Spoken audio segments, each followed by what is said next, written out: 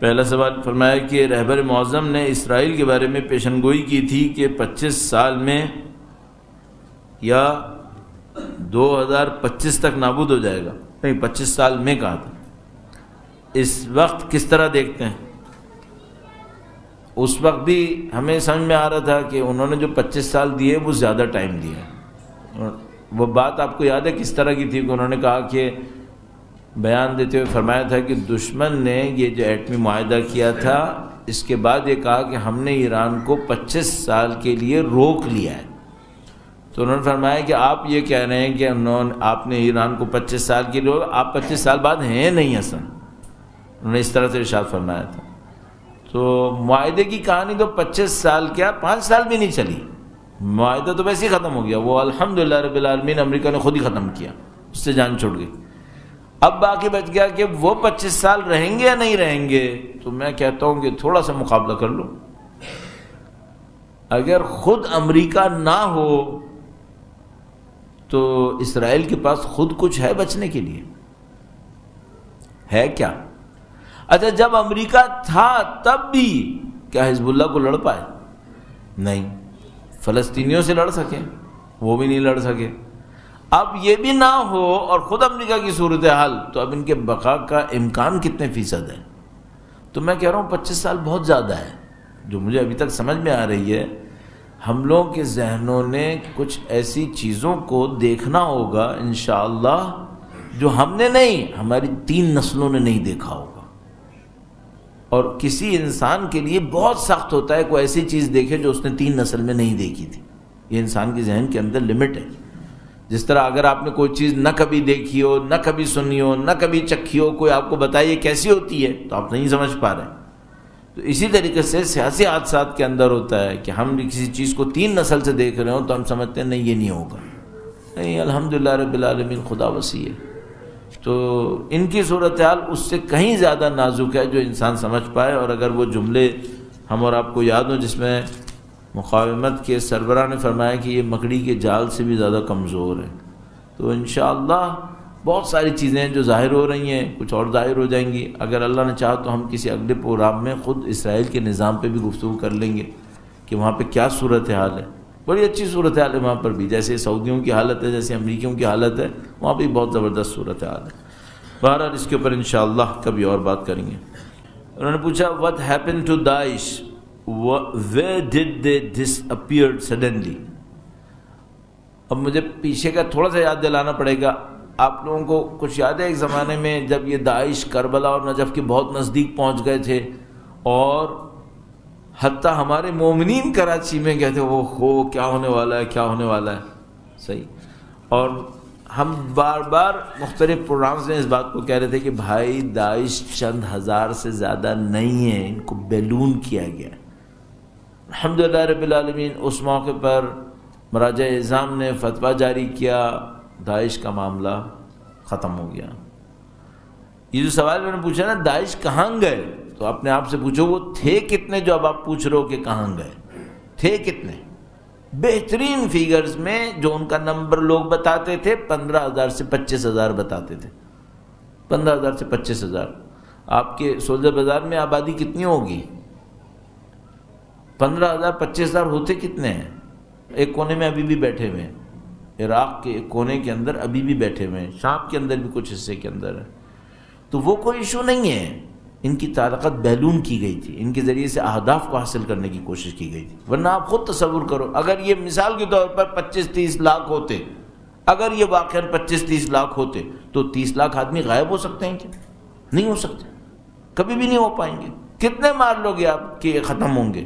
یہ سب نہیں ہوتا، تعداد بھی بہت کم تھی، ان کو ہائی لائٹ کیا گیا تھا، ان کے ذریعے سے اہداف کو حاصل کیا گیا تھا۔ جب وہ اہداف حاصل ہونے کی ترکیب ناکام ہو گئی، اب داعش کا اثر ختم ہوتا نظر آ رہا ہے، اب داعش کا کوئی پوچھنے والا بھی نہیں ہے۔ اب آپ خود دیکھو ایک عجیب بات، چند سال پہلے میں خود جب اندرون سندھ جاتا تھا تو مجھے یہ لگتا تھا کہ بھائی، یعنی اوپر سے یہ لگتا تھا کہ بھائی یہ سپاہی صحابہ چھا گئی سب پر، یہ سب معاملہ ختم ہو گیا، یہ یہاں پہ بھی چاہیں گے۔ اچھا اب آپ ہو کر آ جاؤ، کہاں گئے؟ ایک زمانہ تھا جب پاکستان میں ہم اور آپ جیسے لوگ جہاں کہیں بیٹھتے تھے، لوگ ہم سے پوچھتے تھے پاکستان میں شیعت کا مستقبل کیا ہے؟ یہ سوال آپ نہیں سنتے تھے کیا؟ کہاں گئے وہ لوگ؟ سب کا سب کاسمیٹک ہے، سب کا سب مصنوعی ہے، اور ان تمام مصنوعیات سے اگر آپ نے لڑنا ہے نا تو آپ اپنے دماغ کو فنڈامنٹلز کے معاملے میں شک میں مت ڈلنے دیں، اسٹرانگ رکھیں فنڈامنٹلز کو۔ مصنوعی کام سے کیوں اتنا ڈر رہے ہیں؟ مصنوعی کام ہے، جو لایا ہے وہ لے کے جائے گا، صرف یہ دیکھو کیوں لایا ہے اور اس کو کیا کریں تو یہ مجبور ہوگا کہ لے کے جائے گا۔ الحمدللہ رب العالمین پاکستان میں تشیع نے سخت وقت گزارا، لیکن جو ان بدبختوں کو لے کر آئے تھے ان کو اعتراف کرنا پڑا کہ تشیع اس سے زیادہ سخت ہے کہ ان کے ہاتھوں شکست کھائیں گے، نہیں ہو سکتا ایسا۔ الحمدللہ مقاومت دکھائی، استقامت دکھائی، البتہ اس سے بہتر ہو سکتا تھا لیکن الحمدللہ یہ بھی کم نہیں کیا۔ اور ہم ہمیشہ یہ کہتے تھے کہ یہ لوگ چلے جائیں گے، ہم لوگ یہیں رہیں گے۔ الحمدللہ ہم ہیں یا اللہ کا شکر۔ اب کہاں گیا ان کے چیلنج؟ کہاں وہ کہتا تھا میں کراچی میں ایسا کر دوں گا ویسا کر دوں گا، کہاں ہے؟ الحمدللہ رب العالمین۔ یہ فرق ہے، ایک آدمی ہوتا ہے کاسمیٹک، ایک ہوتی ہے پارٹی کاسمیٹک ہوتی ہے، ایک ہوتے ہیں نعرے کاسمیٹک ہوتے ہیں، ایک وہ نعرے ہوتے ہیں جن میں روٹس ہیں۔ یا حسین میں روٹس ہیں، امام حسین کے نام میں روٹس ہیں۔ یہاں پر یہ آج کی بات نہیں ہے بھائی، ہم 1400 سال سے نعرے لگا رہے ہیں۔ مولا امیر المومنین کے نام کے اندر اثر ہے، اس کی ایک جڑ ہے، 1400 سال سے یہ نعرہ ہے۔ اگر یہ نعرے نعوذ باللہ ختم ہو سکتے ہوتے نا حجاج بن یوسف کے دور سے آگے نہیں بڑھنا تھا پھر انہوں نے۔ یہ سب گزر چکے ہیں، گزر جائیں گے۔ الحمدللہ ہم اہل بیت اطہار کے نام پر، قرآن و اہل بیت کے نام پر ہیں، یہاں پہ باقی رہیں گے، باقی سب لوگوں کی جڑیں اکھڑتی رہیں گی انشاءاللہ، اور ثابت بھی ہو رہا ہے۔ تو یہ داعش بھی اسی طریقے سے تھے، آئے تھے چلے گئے۔ لکھا ہے کہ انہوں نے پرٹیکولر ایک نام لے کر کہا کہ ان کے قتل کو آپ کیسا دیکھتے ہیں؟ ظاہر ہے کہ کراچی کے اندر کچھ دن پہلے سید علی رضا عابدی، اگر میں پورا نام صحیح لے رہا ہوں، انہیں مارا گیا۔ تو پاکستان میں اور خاص کر کراچی میں پرابلم یہ ہے کہ پہلے بھی تھی اور ابھی بھی کسی حد تک ہے، وجہ کہ کیونکہ کسی بھی چیز کے بارے میں صورتحال یقینی نہیں ہوتی، اسپیشلی یہ کہ مارنے والے کون ہیں، تو بہت مشکل ہوتا ہے یہ جاننا کہ کس نے مارا۔ میرے خیال میں یہ تقریباً ناممکن ہے کہ یہ پتہ چلے کہ کس نے مارا، صرف یہ دیکھنا ہوتا ہے فائدہ کس کو ہوا ہے۔ انویسٹیگیشن آپ کو پتہ ہے اس کے اندر کہ آپ کو سب سے پہلے یہ دیکھنا پڑتا ہے کہ اس کام سے فائدہ کس کو ہو رہا ہے۔ تو آپ کو اور مجھے جا کر یہ دیکھنا پڑے گا کہ اس کام سے فائدہ کس کو ہو رہا ہے اور کون سی پارٹی یہاں پہ کیا فائدہ لینا چاہتی ہے۔ ہم سب جانتے ہیں ایک زمانے میں یہ ساری حرکتیں ایم کیو ایم کی طرف سے ہو رہی تھیں، اور ایم کیو ایم بھی اکیلے بیٹھ کے نہیں کر رہی تھی، اس کے پیچھے بھی کوئی تھا۔ اب جس طرح بالکل داعش کا معاملہ ہے نا کہ آپ نے کہا بھائی وہ داعش کہاں گئے، کہاں ڈسپیئر ہو گئے۔ اب میں آپ سے ایک بات پوچھوں گا، ایم کیو ایم کہاں ڈسپیئر ہو گئی، کہاں چلی گئی؟ اگر کراچی میں ایم کیو ایم کے چاہنے والے کہتے تھے کہ کراچی کی کم از کم 60-70% آبادی ایم کیو ایم کی چاہنے والی ہے، کہاں گئے وہ لوگ؟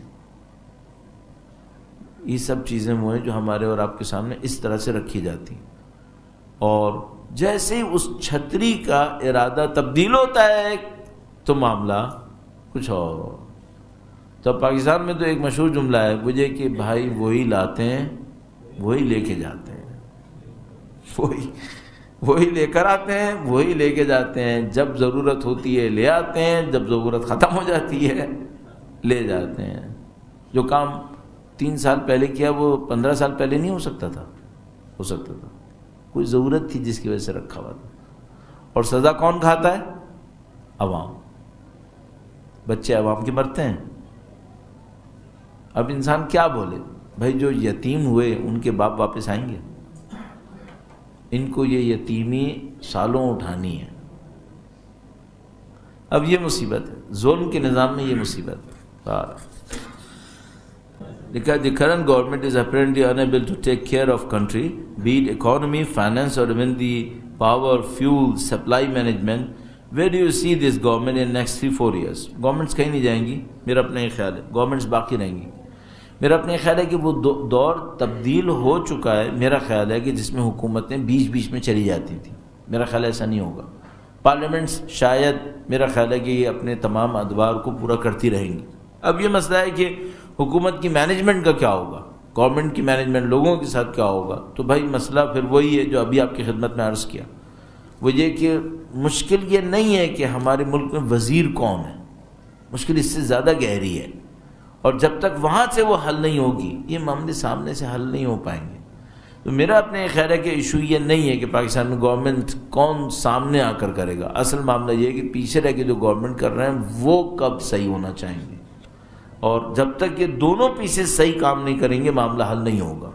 میرا اپنے خیال ہے کہ اس کو اس گہرائی تک جا کے دیکھیں، صرف سامنے بیٹھے ہوئے بندے کو دیکھنے سے مشکل حل نہیں ہو پائے گی۔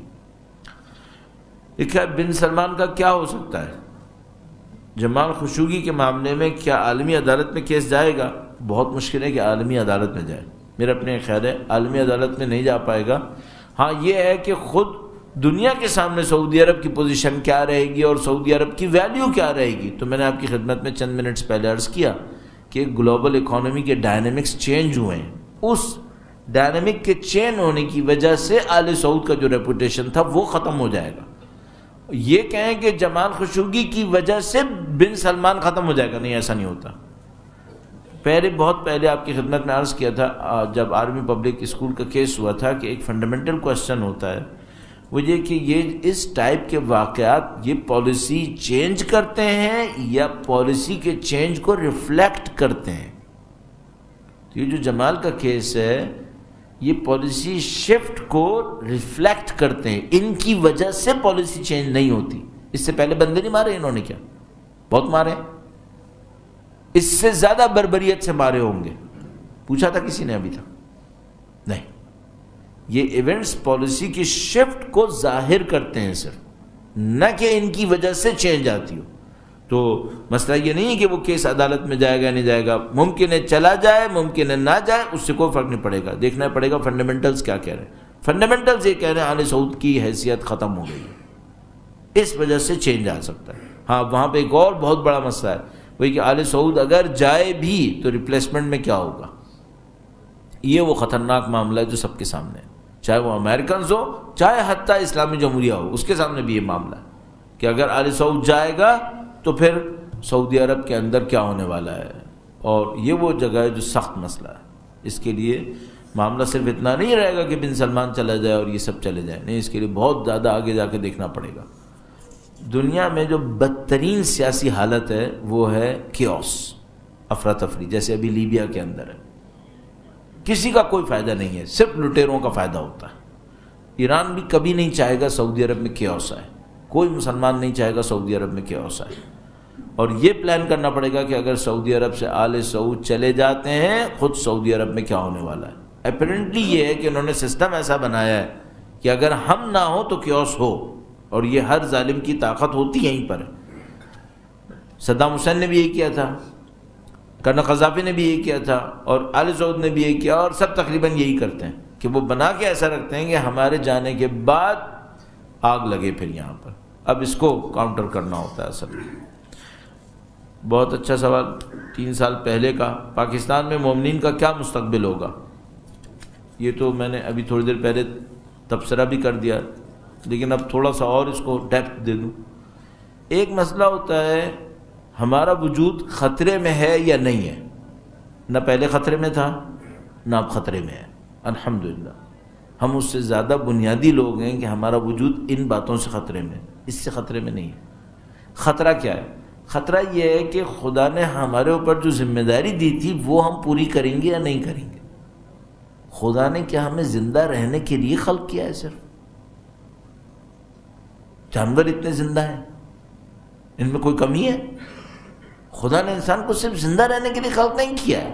مثلا میں آپ سے ایک سوال پوچھوں گا، پاکستان میں تشیع کی ذمہ داری کیا ہے؟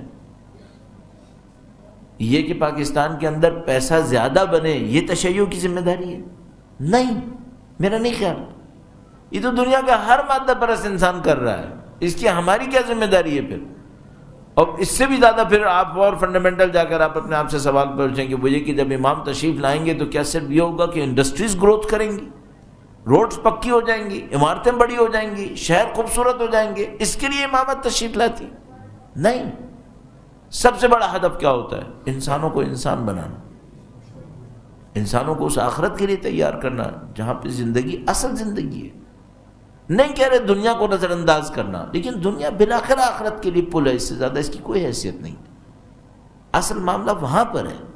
تشیع کی ذمہ داری بھی اسی میں. تشیع دین حق کے علمبردار ہونے کے ناطے ذمہ داری یہاں پر ہے. سید الشہداء کا جو پیغام ہے وہ اس عدل کا فروغ ہے. یہ تشیع کی ذمہ داری ہے. اس کے اوپر کب کام ہوگا یہ ہمیں دیکھنا ہوگا. اس کے اوپر ہم کیسے ڈیولپ کریں گے اپنے آپ کو. ابھی تو ہم لوگ یہ باتیں کر رہے ہیں کہ ہم زندہ رہیں گے یا نہیں رہیں گے. بھائی زندہ نہ پہلے آپ مر رہے تھے نہ اب آپ مریں گے، لیکن مسئلہ یہ کہ اپنے ہدف کو کیسے پورا کریں گے اس کے اوپر گفتگو ہے اصل. باقی یہ سب چیزیں چلتی رہیں گی. کل گاڑیاں کم تھیں آج زیادہ ہو جائیں گی. یہ چائنا دیکھ لو، پہلے دنیا بھر کے اندر مشہور تھا کہ بیجنگ سائیکلز کا کیپٹل ہے، سب سائیکل پہ چلتے ہیں، اب سب گاڑیوں پہ چل رہے ہیں. تو کیا اس سے انسانوں کی زندگی کا ہدف یہی ہے کہ وہ سائیکلوں سے نکل کے گاڑیوں پہ بیٹھ جائیں؟ ہمارے یہاں دیہاتوں کے اندر روڈز نہیں ہیں، روڈز بن گئی تو ہم خدا سے قریب آ جائیں گے کیا؟ ہمیں دیکھنا پڑے گا شریعت کا مقصد کیا ہے. سید الشہداء کی قربانی کیوں ہے، امام کی تشریف آوری کیوں ہے؟ یہ روڈز بنانے کے لیے نہیں ہے، یہ بلڈنگز کھڑی کرنے کے لیے نہیں ہے. ہم سب کو معلوم ہے، ہم سب کو معلوم ہے یہ انسانوں کو اللہ کی اس ملکوت کے لیے تیار کرنے کے لیے. انسان کو خدا تعالیٰ نے کچھ اور دکھایا. وَنُرِي إِبْرَاهِيمَ مَلَكُوتَ السَّمَاوَاتِ وَالْأَرْضِ. خدا تعالیٰ ارشاد فرماتا ہے ہم نے حضرت ابراہیم کو ملکوت سماوات و ارض دکھایا. اس کے لیے خدا تعالیٰ ہمیں تیار کرنا چاہتا ہے.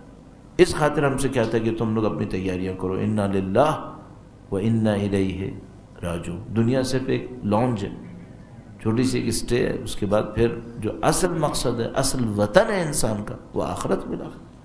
یہاں کب تک رکنا؟ ہم سب کو معلوم ہے یہ بات. میں حس اس لے رہا ہوں کہ ہم لوگ یہاں اب سوالوں کے پیچھے ایک یعنی آئیڈینٹیفیکیشن ہوتی ہے کہ سوال کہاں سے آیا، پتہ چل جاتا ہے. بس آپ دیکھیں سوال ہم پاکستان کے اندر کیوں نہیں نظام ولایت فقیہ کے نفاذ کی کوششیں کر رہے؟ کیا ایسی حکومت کا ساتھ دینا، کیا دوبارہ لکھا ہے، کیا ایسی حکومت کا ساتھ دینا کیسا ہے جو طاغوتی ہو؟ وہ یہ جملہ صحیح ہے، میں حکومت کا ساتھ دینا صحیح نہیں ہے جو طاغوتی ہو، لیکن مسئلہ کیا ہے کہ بھئی پیچھے ہم اس سے نتیجہ کیا نکالیں گے؟ ضیاء-ال-حق بہت مکار آدمی تھا. ویسے تو آدمی مرے ہوئے کے سب کے لیے کہتے ہیں مرحوم، یعنی جس پہ اللہ کی رحمت ہوئی. تو میں کہوں گا ہاں سب مرے ہوئے مرحوم ہیں، کم سے کم دنیا سے تو گیا یہی رحم ہوا. رہتا تو ظلم بڑھ رہا تھا، چلا گیا رحم ہوا، ہی اس پہ بھی رحم ہوا. تو وہ واقعات مرحوم ہو گیا کہ اللہ نے کم سے کم اتنا رحم کیا، اس کو یہاں سے لے گیا، یہ معاملہ ختم کیا. بہت مکار آدمی تھا. اس نے ریفرینڈم کروایا اور ریفرینڈم میں سوال رکھا کہ آپ کو اسلامی نظام چاہیے یا نہیں چاہیے، اور اگر چاہیے تو مطلب کیا ہے؟ میں وزدر ہوں. بھئی یہ کہاں سے؟ آپ جملہ صحیح ہے، اسلامی نظام چاہیے نہیں چاہیے؟ ہاں چاہیے. اب اس کا مطلب ضیاء-ال-حق صدر ہو، یہ چاہیے نہیں چاہیے؟ نہیں یہ نہیں چاہیے. آپ جملہ تو صحیح استعمال کر رہے ہو، نتیجہ بھی بتاؤ، نتیجہ کیا لینا چاہ رہے ہو؟ طاغوتی حکومت کا ساتھ دینا چاہیے نہیں دینا چاہیے؟ پھر کیا کرنا چاہیے؟ نظام فقیہ کے نظام کو لانا چاہیے نہیں لانا چاہیے؟ ہاں لانا چاہیے. کیسے لانا چاہیے؟ اسے کیوں نہیں ڈسکس کر رہے؟ اس کو بھی تو ڈسکس کرو. طاغوتی نظام کا ساتھ نہیں دینا چاہیے، پھر کیا کرنا چاہیے؟ اسے بھی ڈسکس کرو. صحیح. تو یہ جو سادہ جملے ہوتے ہیں اس سے پالیسی حل نہیں ہو پائے گی، اس سے مشکل حل نہیں ہو پائے گی. یہ فنڈامنٹلز ہیں. ظلم کا ساتھ دینا چاہیے نہیں دینا چاہیے؟ نہیں دینا چاہیے. عدل کا نظام لانا چاہیے نہیں لانا چاہیے؟ بالکل لانا چاہیے. کیسے؟ اس پہ بات کرو. میں ہمیشہ اب تو اتنا بولتا ہوں، اس معاملے کو بول چکا ہوں، کہوں گا ابھی اب میں ہمیشہ روتا ہوں اس کے اوپر، روتا ہوں اس بات کے اوپر کہ بھائی یہ نعروں کے پیچھے ایک پلان بھی تو چاہیے، ایک منصوبہ بھی تو چاہیے. کوئی وہ منصوبہ کیوں نہیں لا رہا ہے؟ کتنے سالوں تک یہ نعرے لگائیں گے ہم؟ ساری زندگی لگائیں، بالکل صحیح ہے. عدل کے چاہیے نہیں چاہیے؟ چاہیے. ظلم سے لڑنا ہے نہیں لڑنا ہے؟ لڑنا ہے. لیکن بھائی کوئی ایک منصوبہ بھی تو لاؤ، کوئی ایک پلان بھی تو لے کر آؤ. پلان ہو جو واقعا نظر آئے کہ ہاں بھائی پریکٹیکل ہے، ڈویبل ہے. چاہے وہ 30 سال کا ہو، چاہے 40 سال کا ہو. لیکن یہ اس طرح کے نتائج صرف جذبات سے بات کرنے سے شاید معاملہ حل نہیں ہوگا. اور اگر کوئی کہے پلان ہے تو بھائی لے کر آؤ سامنے، پیپرز پہ لے کر آؤ تاکہ پبلک کو پتہ چلے، مختلف سیگمنٹس کی ذمہ داریاں نظر آئیں. بھائی اس سیگمنٹ کو کیا کرنا چاہیے. کوئی جگہ ہو پورے پاکستان میں، میرا اپنے خیال ہے جہاں کہیں ایسے سیریس حلقوں میں انسان بیٹھتا ہے فوراً ایک بات انسان بار بار سنتا ہے، ایکو. وہ کیا؟ ہمارے پاس ایک تھنک ٹینک ہونا چاہیے. تو بھائی بنا بھی لو نا، اب کر بھی لو. ہونا چاہیے، ایک مسئلہ ہے، ہونا چاہیے، ایک خواہش ہے. اس خواہش کو ایک منصوبے کی شکل میں آنا چاہیے کہ بھائی بناؤ بھی تو صحیح آخر. اور میں کئی دفعہ اس بات کو کہہ چکا ہوں، یہ نہیں کہ ہم لوگ کو بنانا نہیں آتا، صرف مشکل کیا ہے، پرائیورٹی نہیں ہے ہماری. ہم لوگ لمبی مدت کے کام کرنے والے لوگ نہیں ہیں. ابھی دیکھیں نا، ایک سادہ سی بات ہے، اگر ہم لوگ اتنے لوگ بیٹھے ہیں بھی یہاں پر، اب میں اگر سب کو 25 صفحے کا ایک آرٹیکل دوں اور سب کو یہ کہوں کہ اگلی دفعہ سب وہ 25 صفحے کا آرٹیکل پڑھ کے لائیں گے، تو جتنے لوگوں نے یہاں بیٹھ کر 1 گھنٹہ اپنا دماغ میرے ہاتھوں کھلوایا ہے وہ 25 صفحے پڑھ کے لائیں گے.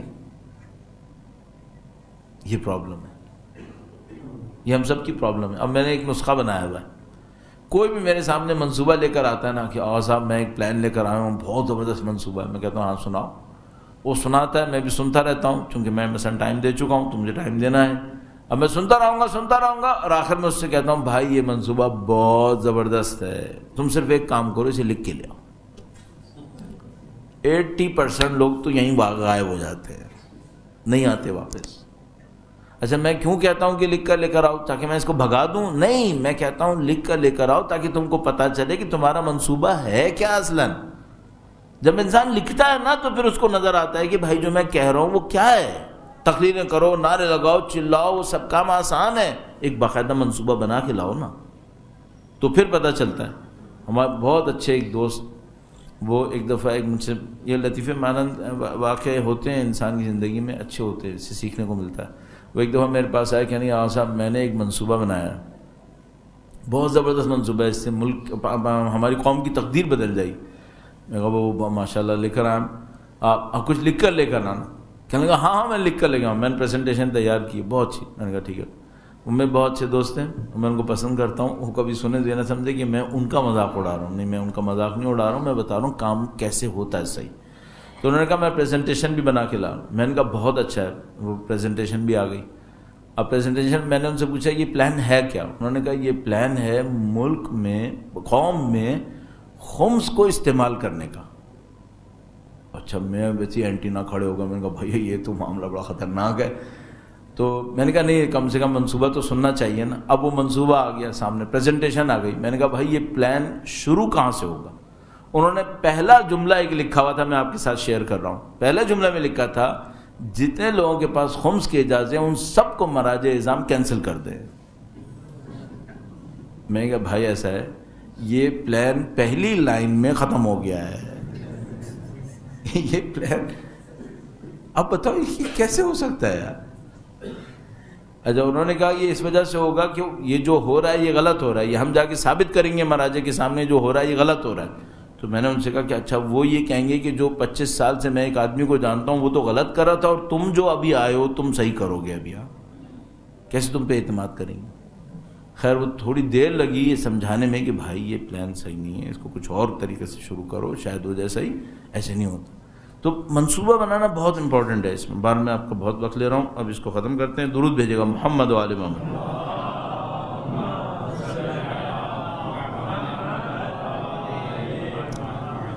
ہاں اب دیکھو منصوبہ بنانے والے بعض اوقات منصوبہ بنانے میں کہاں تک چلے جاتے ہیں، لوگ تھک جاتے ہیں. تو میں بعض اوقات لطیفے سنا دیتا ہوں تاکہ آپ لوگ تھوڑا فریش رہیں. تو وہ منصوبہ بنانے کے جو لوگ بہت زیادہ منصوبوں کی بات کرتے ہیں نا، ان کی مذمت کے لیے یہ لطیفہ ہوتا ہے، ان کی مذمت کے لیے. تو کہتے ہیں کہ ایک آدمی تھا، اس نے اپنے نوکر کو بھیجا کہ بھائی فلاں چیز لے کر آؤ، اس دکان سے لے کر آؤ. وہ گیا اس دکان کو دیکھا، واپس آ گیا. اس نے کہا بھائی تم لائے کیوں نہیں؟ کہنے لگا وہ دکان بند تھی. کہنے لگا بھائی اتنی عقل تو خود بھی استعمال کرو کہ مجھے چیز چاہیے، وہ دکان نہیں تو اگلی دکان سے لاؤ، تھوڑا آگے کی بھی تو سوچا کرو. اس نے کہا ٹھیک ہے سر، اب تو آگے کی سوچوں گا. وہ اگلے دن اس نے کہا کہ میرے سر میں درد ہے، پیناڈل لے کر آؤ. اس نے کہا ٹھیک ہے.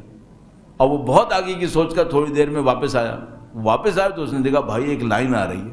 وہ کیا ہے؟ ایک ڈاکٹر بھی ہے, ایک ایمبولینس بھی ہے اور گورکن بھی ہے. اس نے کہا بھائی یہ کیا بھائی؟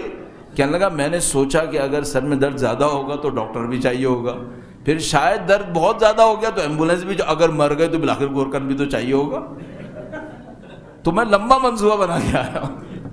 اب اتنا لمبا منصوبہ بھی نہیں بنانا ہوتا ہے بھائی, تو سوچ سمجھ کے بنانا ہوتا ہے. تو اب یہ دیکھیں بعض اوقات اس طرح بھی ہو جاتا ہے, ادھر والی بلائے تو میں ادھر بھی لے کے آتا ہوں باہر. ابھی سوال ہے, ربط نہیں ہے کوئی ایسی, میں نے سنا دیا آپ کو. جب سعودیہ اور امریکہ کے حالات بگڑ گئے اور امریکہ نے اگر سعودیہ پر جنگ کا اعلان کر دیا, اور اگر سعودیہ پاکستان سے مدد مانگے اس حملے سے, اس جملے سے کہ آج خانہ کعبہ پر جنگ ہو رہی ہے, تو اس وقت پاکستان کے حکمران کیا فیصلہ کریں گے؟ یا الہی, اور بھائی یہ فیصلہ تو میں ابھی کر رہا ہوں کہ مدد نہیں دینا, میں ابھی کہہ رہا ہوں مدد نہیں کرنا. یہ اس طرح سے نہیں ہوگا,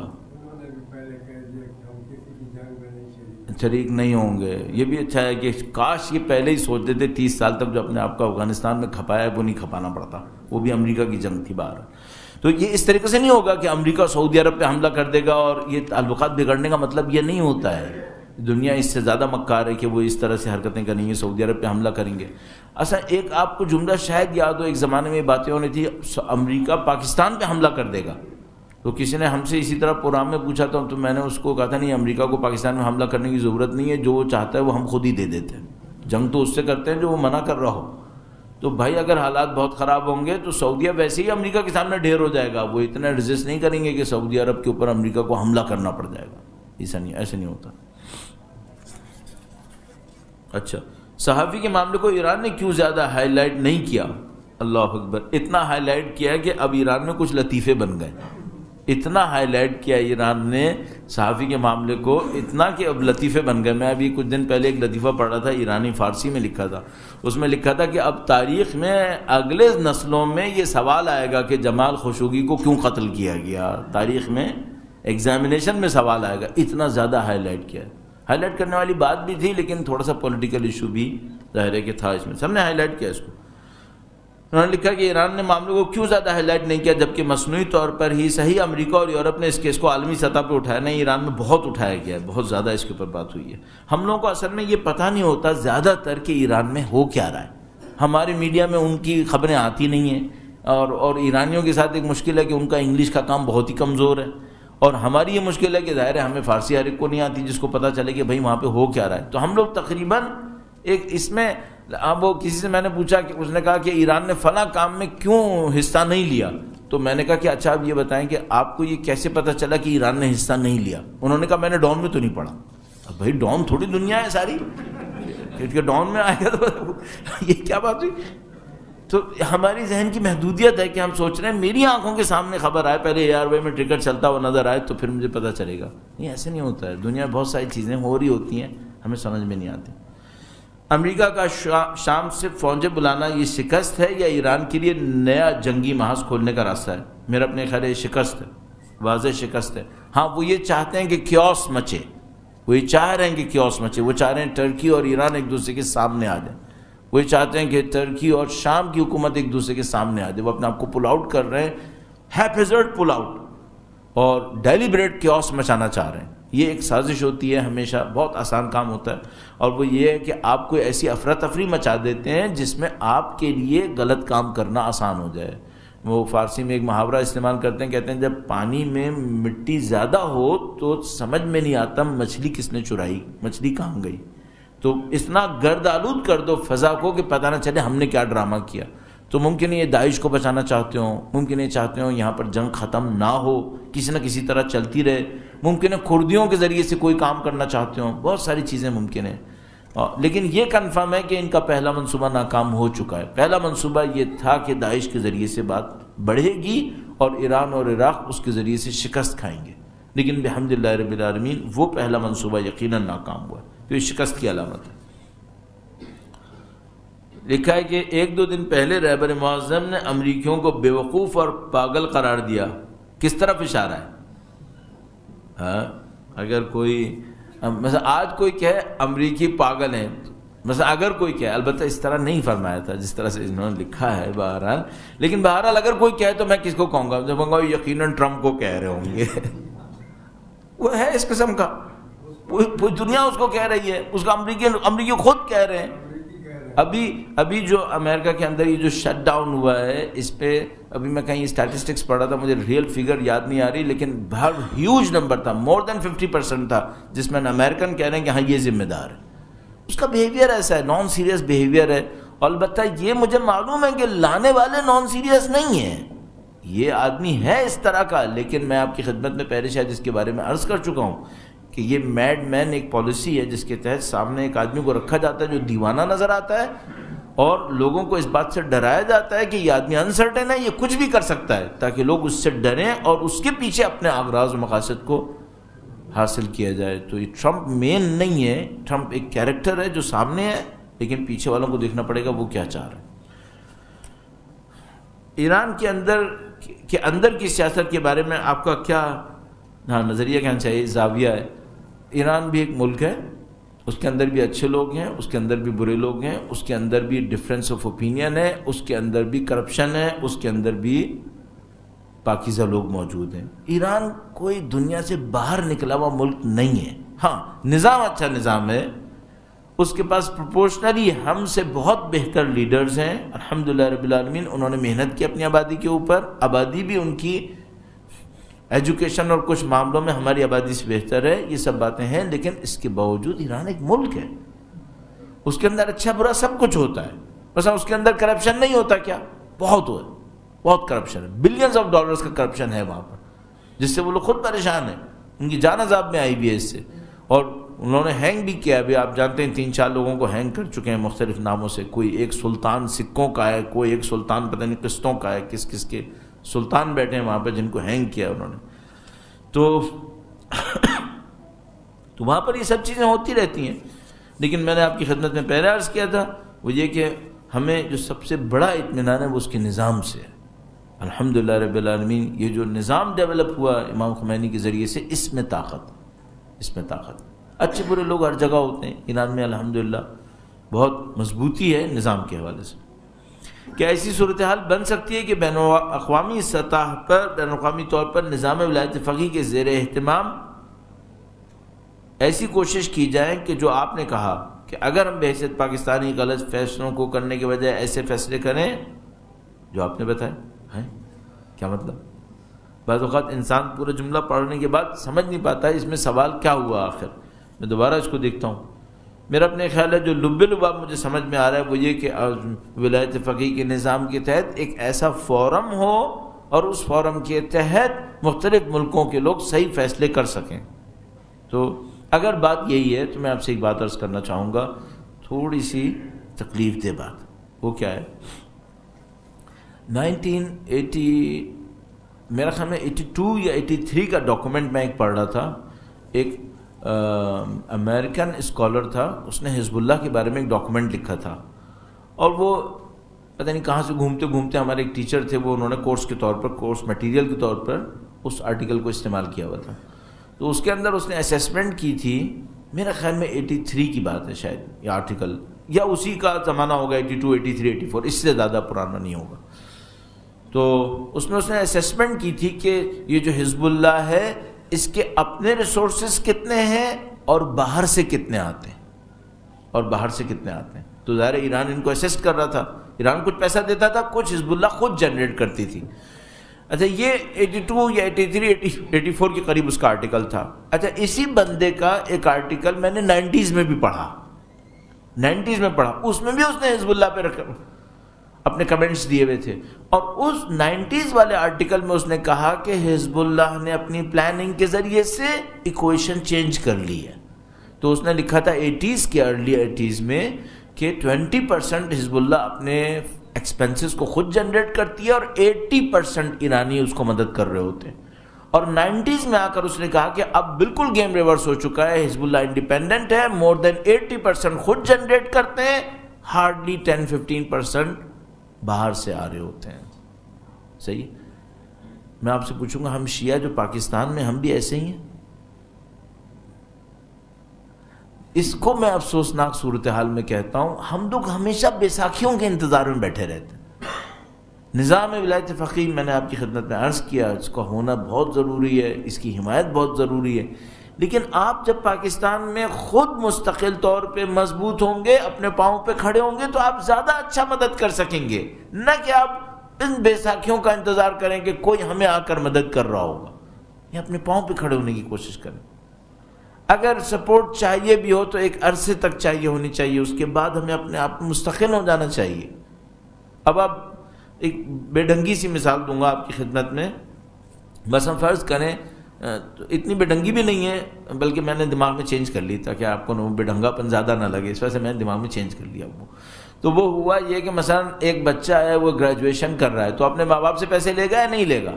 ہاں، گریجویشن کرتے وقت تو لے لے گا۔ اب ماسٹرز کر رہا ہے تو اب لے گا یا نہیں لے گا؟ تو ہم سوچتے ہیں نہیں، ماسٹرز میں اسکالرشپ مل جانا چاہیے اس کو، وہ کہیں نہ کہیں سے اسکالرشپ کر لے گا۔ اچھا، اب ماسٹرز بھی ہو گیا، پی ایچ ڈی کر رہا ہے، اب بھی پیرنٹ سے لے گا؟ تم کہتے ہیں نہیں بھائی، اب تو تمہیں پاؤں پہ کھڑا ہو جانا چاہیے۔ اچھا، پی ایچ ڈی بھی ہو گیا ہے، اب بھی پیرنٹ سے لے گا؟ تو ہم اس سے کہیں گے بھائی ایک بات بتاؤ، تم بڑے کب بنو گے آخر؟ کب تک بچپنے میں رہو گے تم؟ کب تک تم یہ چاہتے ہو یار تمہیں ماں باپ سنبھالتے ہیں، تم خود بھی تو اپنے پاؤں پہ کھڑے ہو۔ میں آپ سے ایک بات پوچھوں گا، قوموں کے لیے جملہ صحیح نہیں ہے؟ بھائی ایک وقت ہو کہ جب تمہیں کچھ ضرورت ہو تو دوسرا تمہیں مدد کر دے، چلو ایک وقت ہو گیا، 2 وقت ہو گیا، 3 وقت ہو، او بندے خدا کب تک بچپن میں رہو گے؟ کبھی تو آخر اپنے پاؤں پہ کھڑے ہونے کی کوشش کرو۔ تو مجھے یہ لگ رہا ہے کہ ہم لوگوں نے گویا یوں سوچا ہوا ہے، ہمارے بعض دوستوں نے، وہ یہ کہ ہم نے کبھی پاکستان میں مستقل نہیں ہونا۔ بھائی کیوں نہیں ہونا ہے؟ مستقل ہو، اچھا ممکن ہے کوئی مجھ سے پوچھے بھائی یہ مستقل ہونے کا مطلب کیا ہے؟ نظام سے ہٹ جائے؟ نہیں، نظام سے نہیں ہٹو، نظام کے مضبوط حامی بن کے زندگی گزارو، جس کی پاکستان میں اپنی طاقت ہونی چاہیے، پاکستان کی اکانومی کے اندر، پاکستان کے ایجوکیشن کے اندر، پاکستان کے کلچرل لینڈسکیپ کے اندر ہمارا اثر ہونا چاہیے، اپنا اثر، مضبوط اثر ہونا چاہیے، ہمارے اپنے مضبوط تعلیمی ادارے ہونے چاہیے، اپنی مضبوط صنعتیں ہونی چاہیے۔ یہ وہ چیزیں جو ہمارے لیے کمی ہے، اور اس کے اوپر عرض کر چکا ہوں کئی مرتبہ، لکھا ہے جو تیل پاکستان میں نکل رہا ہے اس سے کیا فرق پڑ سکتا ہے؟ ابھی تو پاکستانیوں کا تیل نکل رہا ہے، صحیح بات یہ ہے، پاکستان میں تیل نکلتا ہے۔ جو مجھے یاد آتا ہے، بہت اچھا یاد نہیں ہے، لیکن جو مجھے یاد ہے وہ یہ کہ پاکستان کی نیٹ کا تقریباً 20% صرف پاکستان میں نکلتا ہے، صرف 20%، 80% پاکستان امپورٹ کر رہا ہوتا ہے۔ تو ایسا اتنا سگنیفیکنٹ نہیں ہے جس پر ہم یہ کہہ سکیں کہ اس سے ملک کی تقدیر تبدیل ہو سکے گی۔ اور ایک بات تجربے سے سمجھ میں آئی ہے، تیل نکالنے والے ملکوں کے تجربے سے، بہت کم تیل نکالنے والے ملک ایسے ہیں جنہوں نے عقل مندی سے تیل کو استعمال کیا۔ تو میں کہوں گا پاکستان میں تیل نہ نکلے، پاکستانی محنت کریں، یہ مجھے زیادہ پسند آئے گا۔ ورنہ تیل نکلنے سے بہت ساری قومیں بہت بری طرح پھنسی ہیں، جیسے یہ مڈل ایسٹ ہے، بہت کم ملکوں نے عقل مندی سے کام کیا۔ اگر دنیا کی عقل مندی بات، آخرت کی بات نہیں کر رہا ہوں، دنیا کی عقل مندی بات کریں تو ناروے نے بہت عقل مندی سے کام کیا۔ البتہ ان کے تیل کے معاملے میں ایک کہانی ہے کہ مثلا آیا واقعاً سویڈن کا تھا یا ناروے کا تھا، پھر سویڈش اولاف پالمے نام کر کے وزیر اعظم تھا، اس نے کہا نہیں ہم جنگ نہیں کریں گے ورنہ نارویجین شاید جنگ کر لیتے سویڈن کے ساتھ، اس طرح کی باتیں ہیں۔ لیکن بہرحال ناروے نے تیل کو بہت عقل مندی سے استعمال کیا۔ یہ لوگ تیل کا پیسہ جو ارن ہوتا ہے، اس کو میں پہلے شاید بتا چکا ہوں گا، دوبارہ عرض کر رہا ہوں، یہ جو تیل کا پیسہ ارن کرتے ہیں، یہ تیل کا پیسہ خرچ نہیں کرتے، کبھی خرچ نہیں کرتے۔ تیل کا پیسہ خرچ نہیں کیا انہوں نے، صرف جمع کیا ہے۔ وہ جو جمع کیا ہے اس کا ایک فنڈ بنایا ہے، وہ فنڈ انویسٹمنٹ کرتا ہے، اور یہ فنڈ اس وقت دنیا کے سب سے بڑے فنڈز میں سے ایک فنڈ ہے، اگر نہ کہوں کہ سب سے بڑا یہی ہے، شاید سب سے بڑا یہی، کیونکہ تیل کا پیسہ خرچ نہیں کرتے، صرف جمع کرتے ہیں، فنڈ کرتے ہیں۔ اچھا، جو فنڈ کرتے ہیں اس سے اس کا پروفٹ ملتا ہے، اس پروفٹ کو خرچ کرتے ہیں؟ نہیں، اس پروفٹ کو بھی انویسٹ کیا ہے۔ وہ کہاں پہ؟ وہ بجلی بنانے کے منصوبوں میں۔ اب ذرا سوچئے، تیل کی جو کمائی تھی وہ خرچ نہیں ہوئی ہے، وہ انویسٹ ہوئی ہے، اس انویسٹمنٹ کے ریٹرن سے ڈیمز بنے ہیں، ان ڈیمز سے بجلی بنائی ہے۔ اب اس کے مقابلے میں عرب کیا کر رہے ہیں؟ وہ تیل نکالتے ہیں، جنریٹر میں تیل ڈالتے ہیں، اس سے بجلی بنا لیتے ہیں، اپنا تیل کھپاتے ہیں۔ وہ انہوں نے عقل مندی سے کام کیا۔ اتنی بجلی بنائی, اتنے ڈیم بنا لیے کہ ان کو کوئی ضرورت اب تیل کو استعمال کر کے بجلی بنانے کی ہے ہی نہیں. اچھا پیسے کا کیا ہوا؟ پیسہ بیلون ہوتا رہا اور جناب اس کا پیسہ مل رہا ہے, اس سے انہوں نے ڈیم لگا لیے. ڈیم کے بعد کیا ہوا؟ 1 سال شاید ایسا آیا ہے جب ان کا ڈیفیزٹ, تیل کی قیمت انتہائی کم ہو گئی, اکانومی بہت زیادہ ہرٹ ہوئی, تو گورنمنٹ کو اپنا ڈیفیزٹ پورا کرنے کے لیے انویسٹمنٹ فنڈ کے پروفٹ سے کچھ پیسہ لینا پڑا. تو گورنمنٹ میں ایکسیپشنلی قانون پاس ہوا, حکومت نے معذرت بھی ایشو کی کہ ہم اگلی نسل کا پیسہ اٹھا رہے ہیں, ہم غلط کر رہے ہیں, لیکن ہم صرف مجبوری کے عالم میں کریں گے اور پھر دوبارہ کبھی نہیں کریں گے. یہ ذمہ دارانہ رویہ تھا. لیکن زیادہ تر تیل پیدا کرنے والے ملکوں نے ذمہ داری نہیں دکھائی, صرف پیسہ کھایا اور کھا کے کیا کیا, کرپشن کا ڈھیر لگا لیا. آپ کو پتہ ہے ہم اچھے دور سے گزر رہے ہیں, ہم سے کیا مراد ہے؟ ہم انسان. اور میں اس وجہ سے اچھا دور کہتا ہوں. دیکھو اچھے دور کا مطلب آسان دور نہیں ہے. اچھے دور کا مطلب وہ سختی ہے جو ہمیں ہدف سے نزدیک لے کر جائے. تو جب میں کہتا ہوں ہم انسانیت اچھے دور سے گزری, چونکہ ہم وجود مقدس امام زمانہ سے نزدیک ہوتے جا رہے ہیں, اس وجہ سے کہتا ہوں دور سخت ہے, لیکن یہ سختیاں وجود مقدس امام کو نزدیک کر رہی ہیں, اور اس وجہ سے میں کہتا ہوں ہم اچھے دور سے گزر رہے ہیں. سختیاں تو ہیں لیکن ظہور کی نشانیاں پوری ہو رہی ہیں, اس لیے عرض کرتا ہوں ہم اچھے دور سے گزر رہے ہیں. ہم سے مطلب میرا خاندان نہیں ہے, ہم سے مطلب کراچی شہر نہیں ہے, ہم سے مطلب پاکستان نہیں ہے, ہم سے مطلب صرف شیعہ بھی نہیں ہے, ہم سے مطلب انسانیت ہے. اچھے دور سے گزر رہے ہیں. سختیاں تو ہیں, مصیبتیں تو ہیں, ظالم بھی ہیں, جابر بھی ہیں, یمن بھی ہے, سب مسائل, لیکن اس کے باوجود ہم ہدف کے نزدیک تر ہوتے چلے جا رہے ہیں. حق کی طاقت بڑھ رہی ہے, حق کی جذابیت بھی بڑھ رہی ہے, انشاءاللہ نظر آتا ہے. درود بھیجے گا محمد و آل محمد.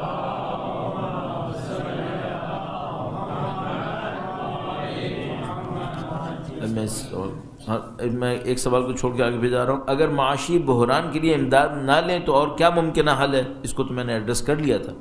پبلک کے ساتھ جسٹس دکھاؤ, پبلک کے ساتھ انصاف کرو, اور خود جو کرپشن کر رہے ہو, پیسہ کھا رہے ہو, وہ کھانا بند کرو.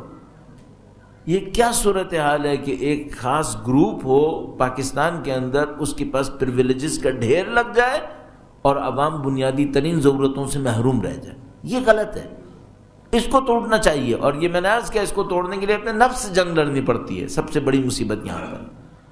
تو حل یہ نہیں ہوگا کہ ہم اس سے جا کر مانگ لیں یا اس سے جا کے مانگ لیں, کبھی امریکہ سے مانگیں, کبھی ورلڈ بینک سے مانگیں, کبھی IMF سے مانگیں, اور کہیں سے کچھ نہ مل پاؤ, چائنا سے مانگیں, نہیں مل پائے تو سعودی اور UAE سے مانگنے, کسی طریقے سے اپنا کام پورا کر لیں.